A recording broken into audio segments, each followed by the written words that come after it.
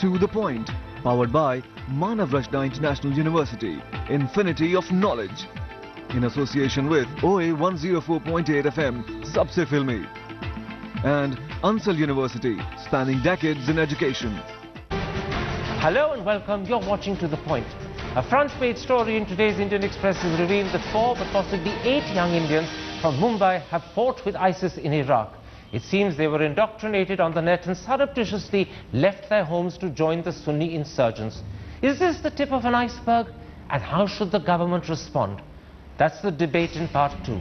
But first, the Congress Party's opposition to the Modi government's bill amending TRAI so that Nrupendra Mishra can continue as the Prime Minister's Principal Secretary.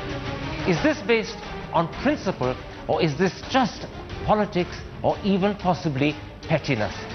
The bill sailed through the Lok Sabha today, but its passage through the Rajya Sabha could be considerably more difficult.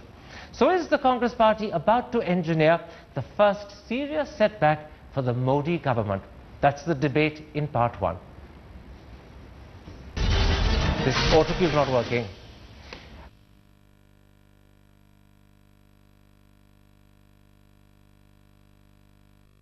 And now joining me to discuss the Congress Party's stand on the TRA bill and its chances in the Rajya Sabha is Congress spokesperson Abhishek Singhvi, NCP Rajya Sabha MP Praful Patel, Aam Aadmi Party leader Prashant Bhushan, BJP spokesperson Shaina NC, and the former editor of The Hindu, Siddharth Vardarajan. Abhishek Singhvi, the Congress Party has taken a very strong stand in opposing the TRAI bill.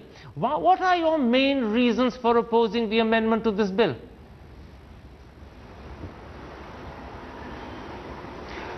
Karan, the issue is not at all our opposition, which may fail politically because of numbers. We are finding some volte-face today. The issue is much larger. This is within 2 days of a government taking office, a person-specific legislation brought in by ordinance. When we tried to bring in ordinances where the Supreme Court judgments had made a change scenario, there was a huge outcry about Ordinance Raj. Is Ordinance Raj to be used for a person-specific legislation? And this is a law which was passed with some rationale.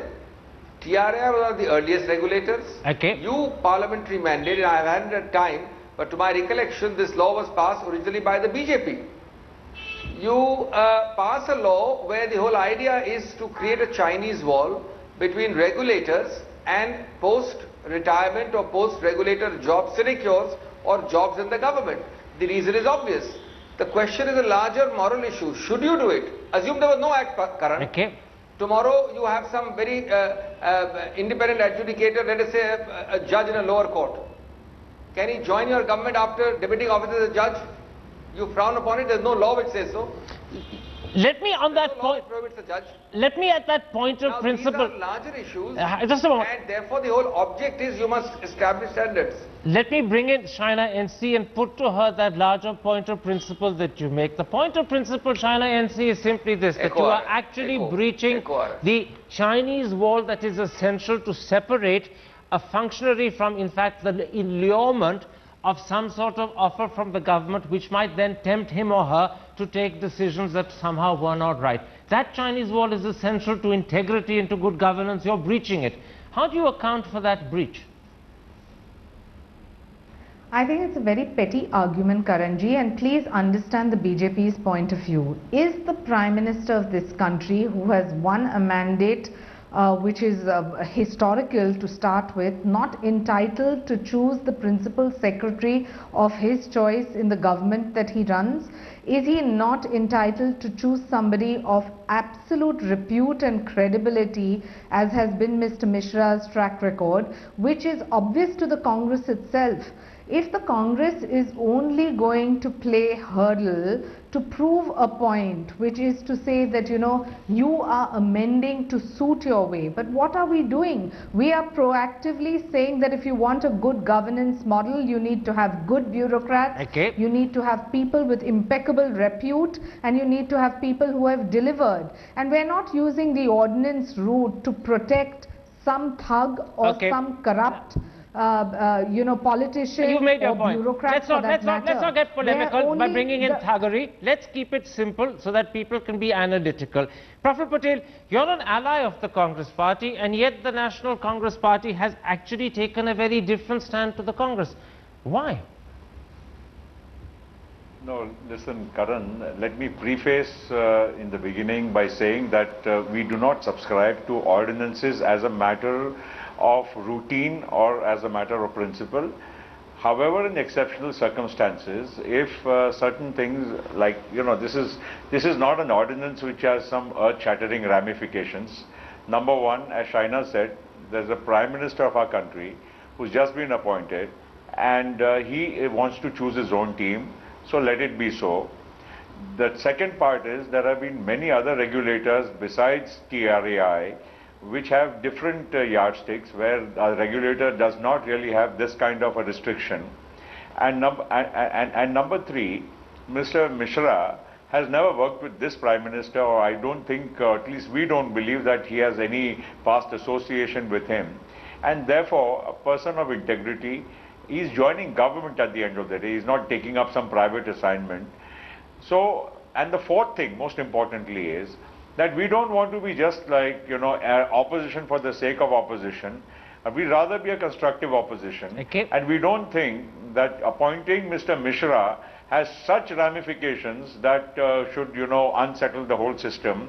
We can look at it as an aberration, and as I said it earlier, we shouldn't adopt ordinances as a routine measure. Okay, this is not a very serious ordinance, therefore we consider it in a different light. Prashant Bhushan, you've just heard Praful Patel argue quite eloquently that this is a one-off as far as they're concerned, and they also believe it's not a very serious measure. The Prime Minister's right to have the person of his choice as his principal secretary being the dominant consideration. Your party takes a very different view. You're a lot closer to the Congress position. Very briefly, tell me, why is the Aam Aadmi Party taking such a strong stand on this issue? Well, there was a basic rationale for this law, which is now sought to be amended by this ordinance. The rationale was that the TRAI needs to be independent of the government, and that independence is compromised if you allow the TRAI chairman to take up a post-retirement job with the government.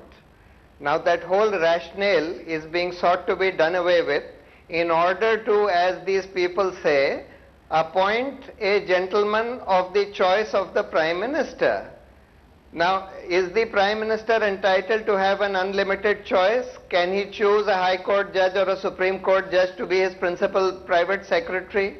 Can he choose a criminal to be his principal private secretary? The other point that is being made by them is that he is a very honest man. Let me read out the Supreme Court's observations about Mr. Mishra in the 2G judgment, about which the BJP stalled Parliament for 2 months. Briefly. This is the observation of the Supreme Court. While it cannot be denied that TRAI is an expert body assigned with important functions, it cannot make recommendations overlooking the basic constitutional postulates and established principles, and make recommendations which would deny people from participating in the distribution of national wealth and benefit a handful of persons. Therefore, even though the scope of judicial review is limited in such matters, keeping in view the facts which have been brought to the notice of the court, that the mechanisms evolved by TRAI for allocation of spectrum and the methodology adopted by the Minister Raja and the officers of DOT for grant of UAS licenses may have caused huge loss to the nation. We have no hesitation in recording a finding that the recommendations made by TRAI were flawed in many respects, and implementation thereof by the DOT resulted in gross violation of the objectives. Let's not hijack the program by a long quotation from the Supreme Court. I take your point. You're saying that in fact the Supreme Court passed strictures against TRAI when Mr. Mishra was the head of TRAI. Let me focus, Siddharth Varadarajan, on the many reasons that people have mentioned for opposing this amendment of the TRAI Act. one by one, because I think it's important that we take them one by one rather than all together so audiences understand. Now, the first is that the amendment is happening with just one individual in mind, and that is a clear breach of the well-established convention. The laws are never made to either assist or debar a single individual. Given that the prime beneficiary in the first instance will be Nripaindra Mishra, do you believe that this is a law being amended with one individual, or is that an unfair way of seeing it? It is being amended for one individual, but I think the ramifications extend well beyond one individual in the following sense. That the government is sending a message out to all people who are meant to perform an independent regulatory function in this country, that if you play ball with us, there is no limit to the legislative changes that we are prepared to bring in order to facilitate your future employment or future perquisites or future benefits. All right, you believe? So I think that on the second day in office, for the government to send that kind of message, I think is something that goes well beyond benefiting just Nripaindra Mishra, who at the end of the day, I don't want to make this a discussion about him, because he is a well-regarded forgive me. I will come to the wider point you make, but in the first instance, this is a discussion about Nripaindra Mishra. Shaina NC, I'm going to stick to that first point, that this is a law being amended with just one person in mind before I come to the so-called message the government is sending out. Now, Ravi Shankar Prasad has gone on record to say that this amendment is happening to bring TRAI in line with the Competition Commission. But the law that sets up the petroleum regulator has a similar condition debarring further government employment for life. Yet that law is not being amended. So if you're only changing TRAI to bring it in line with the Competition Commission, but not the petroleum regulator, can you deny that you're changing TRAI specifically because it affects Nripaindra Mishra? That, in a sense, proves the point, doesn't it? Well, I won't completely deny your argument, but I don't say that this is going to be the only amendment which is made and no further amendments. And just to put this debate completely into perspective, what are we saying? That you are targeting a certain individual who has had an amazing track record despite what Mr. Bhushan may cherry pick and read in a statement, and at the behest of the Prime Minister of this country, who wants to have his systems in place and comfortably work with bureaucrats who have been absolute performers.